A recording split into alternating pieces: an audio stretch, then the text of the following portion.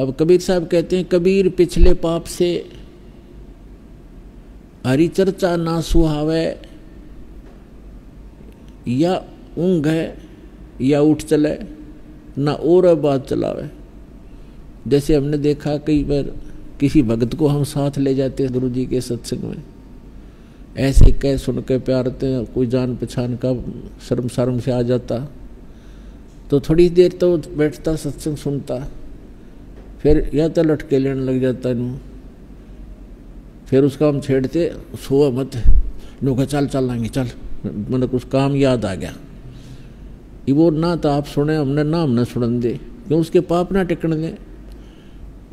कबीर साहब कहते हैं, कबीर पिछले पाप से हरिचर्चा ना सुहावे, और कह ऊँगे और कह उठ चले, ना उरे बात चलावे।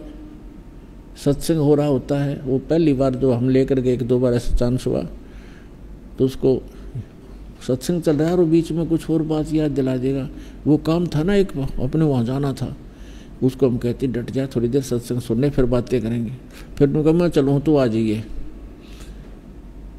अब जा भाई, हम तो नहीं उठ सकते क्योंकि हम तो जिस उद्देश्य से आए वो काम करेंगे करेंगे। तो हमें पता था भगवान के उस थर्मामीटर से पता लग गया था कि इसके बुखार है अभी।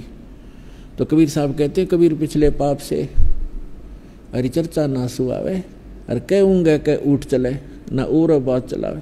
और फिर वही प्राणी देखे हमने, 1-2 बार ऐसे आए, फिर क्योंकि तो एक इंजेक्शन लग गया, सत्संग में आ गया, 10-20 मिनट भी बैठ गया प्राणी, तो भी नरम हो गया उसका पाप है।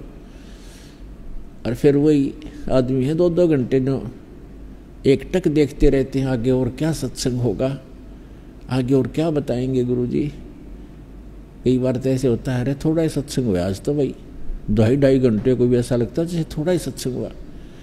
तो पाप आपके कट गए और रुचि भगवान में बढ़ गई। तो जैसे बीमार व्यक्ति पहले 1 रोटी मुश्किल से खा पाता है, औषधि सेवन करने लगता है, और फिर देखे जब बुखार उतर जाता है तो सूखी रोटी होगी न होगी, ले फटाफट, सब्जी की आवश्यकता नहीं, सूखी खा जाएगा। और जब पहले वो सारे स्वस्थ भोजन बना रखा होता है 36 प्रकार की व्यंजन का, वो भी नहीं अच्छा लगता था। तो पुण्यात्मा सत्संग में आने से, ये तत्व ज्ञान सुनने से हमारे युगों युगों के पाप नाश होते हैं। जब तक हम सत्संग में नहीं आएंगे तो वो स्थान ही नहीं जहाँ पर हम पाप नाश कर सकें। जैसे आप संसार में जाते हैं, किसी भी कार्य में जाते हैं, तो वहाँ पर आपको सारी रोजी रोटी रोजगार व्यवसाय के व्यक्ति मिलेंगे, उनकी एक जैसी चर्चा, एक जैसे विचार, एक जैसा भाव, एक जैसी क्रियाएं होंगी। तो वहाँ तो आपके पाप बढ़े ही बढ़ेंगे। अब ठीक है, काम भी करने पड़ेंगे, फील्ड में भी जाना है, और सब कुछ हमने करना भी पड़ेगा, लेकिन उसके लिए तरीका बताया है। जैसे आप प्रतिदिन कपड़ा पहनते हो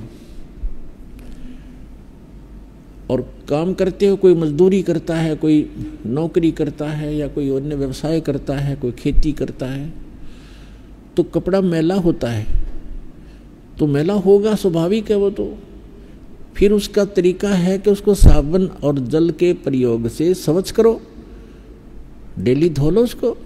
तो ठीक इसी प्रकार जब तक हम भक्ति नहीं करते, जब तक हम सत्संग रूपी इस सरोवर में नहीं आते और राम नाम का साबुन हम नहीं लगाते, तब तक तो हमारा ये अंतःकरण रूपी शरीर, ये चोला जो है अंतःकरण, ये मैला मैला हुआ था, पाप ही पाप इकट्ठे होते। अब हम सत्संग भी सुनते हैं, स्मरण भी करते हैं, दान भी करते हैं, तो हमारा जो मैला तो होना ही है, स्वाभाविक है, लेकिन वो साफ भी डेली हो रहा है। इस प्रकार से हम उन करोड़ों पापों से बचे रहेंगे और वो संग्रहित ना होंगे।